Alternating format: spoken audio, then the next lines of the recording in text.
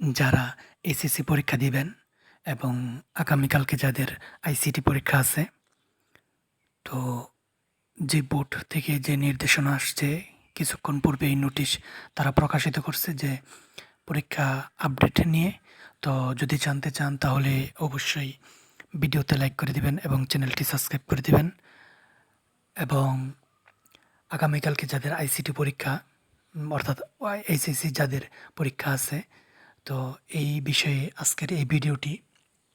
যেহেতু বন্যা যে পরিস্থিতি, যে বৈরী আবহাওয়ার যে অবস্থান, যে সমস্যা যেই চলমান আছে, তো এটা নিয়ে যেই বোর্ড থেকে যে নির্দেশনা আসছে, তো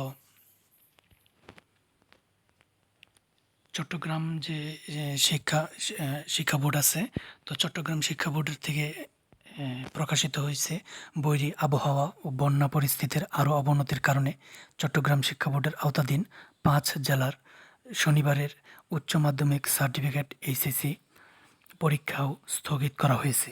অর্থাৎ চট্টগ্রাম জেলার 5টি জেলার চট্টগ্রাম বোর্ডের আওতাধীন 5টি জেলার পরীক্ষা স্থগিত করা হয়েছে। অর্থাৎ আইসিটি পরীক্ষাটি চট্টগ্রাম বোর্ডের আওতাধীন 5টি জেলার আইসিটি পরীক্ষা আগামীকাল অর্থাৎ শনিবারের পরীক্ষাটি স্থগিত করা হয়েছে। স্থগিত হওয়া পরীক্ষার নতুন সময়সূচি পরে জানানো হবে। তো বিজ্ঞপ্তিতে বলা হয়, আবহাওয়ার মারাত্মক অবনতি এবং বন্যা পরিস্থিতির অবনতি হওয়ায় চট্টগ্রাম শিক্ষা বোর্ডের আওতাধীন সব জেলায় 11 জুলাই শনিবার অনুষ্ঠিতব্য এসএসসির তথ্য ও যোগাযোগ প্রযুক্তি পরীক্ষা স্থগিত করা হয়েছে।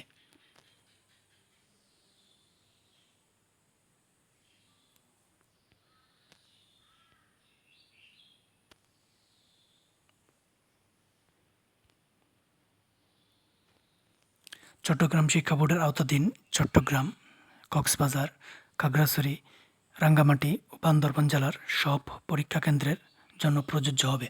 অর্থাৎ চট্টগ্রাম বোর্ডের আওতাধীন এই 5টি জেলার পরীক্ষা স্থগিত করা হয়েছে, আইসিটি পরীক্ষা।